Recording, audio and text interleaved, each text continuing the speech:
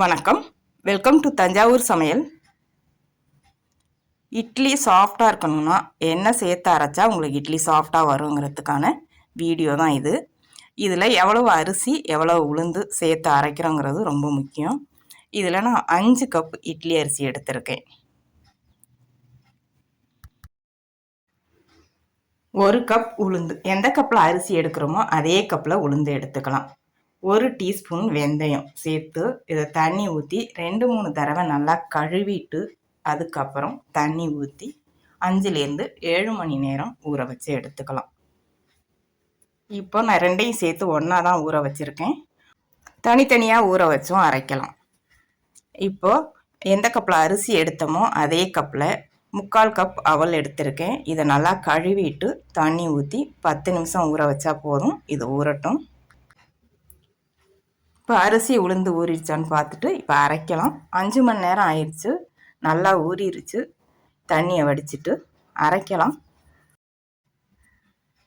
நீங்கள் 5 கப்புக்கு பதிலாக 6 கப்பு 8 கப்பு 10 கப்பு 12 கப்பு வரைக்கும் சேர்க்கலாம். அரிசி அப்படியுமே சாஃப்டாக தான் இருக்கும். அரிசி மாவு அதிகமாக இருக்கும், உளுந்து மாவு குறைவாக இருக்கும். அதனால் அரிசி மாவு அதிகமாகாமல் இருக்கிறதுக்காக நான் 5 கப்பு சேர்த்துருக்கேன்.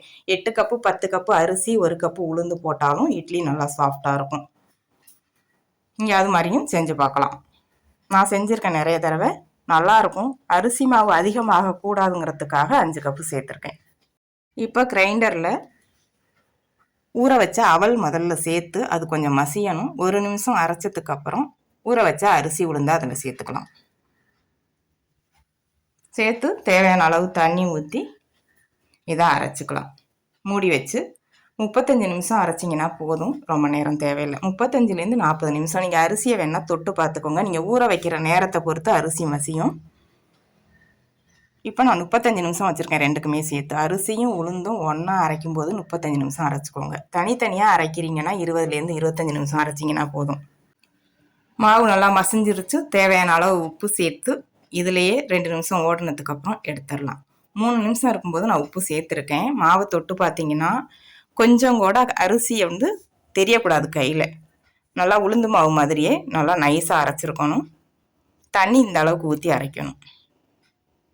ரொம்ப கெட்டியாக அரைச்சாலும் உங்களுக்கு இட்லி அழுத்தமாக இருக்கும். இப்போ மாவை எடுத்து ஊற்றும் போது எந்த அளவுக்கு தண்ணியாக இருக்குன்னு பார்த்துக்கோங்க. இந்த அளவுக்கு இருக்கணும். இந்த அளவுக்கு இருந்துச்சுன்னா இட்லி மாவு அடுத்த நாள் நீங்கள் புளிக்க வச்சுட்டு இட்லி ஊற்றும் போது கூட தண்ணி சேர்த்து கலக்க தேவையில்லை.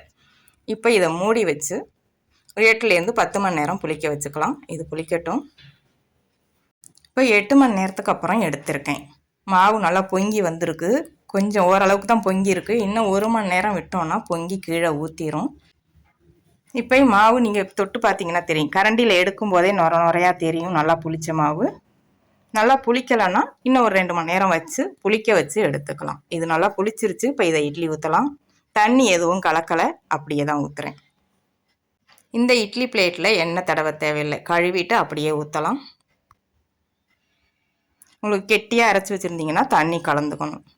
தண்ணி நல்லா கொதிச்சதுக்கப்புறம் அதை உள்ளே வச்சு வேக வச்சிங்கன்னா 10 நிமிஷம் வேக வச்சு எடுக்கலாம். வேகட்டும்.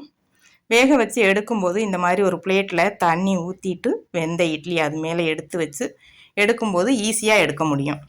தண்ணிக்குள்ளே ரொம்ப நேரம் இருந்தாலும் இட்லி ஆறி போயிடும். ஒரு 1லேருந்து 2 நிமிஷத்தில் வெளியில் எடுத்துடணும். அவ்வளவுதான். இட்லி நல்லா சாஃப்டாக இருக்குது. செஞ்சு பாருங்கள். வீடியோ பிடிச்சிருந்தா வீடியோ ஷேர் பண்ணுங்கள். தஞ்சாவூர் சமையலுக்கு சப்ஸ்கிரைப் பண்ணுங்கள். தேங்க்யூ.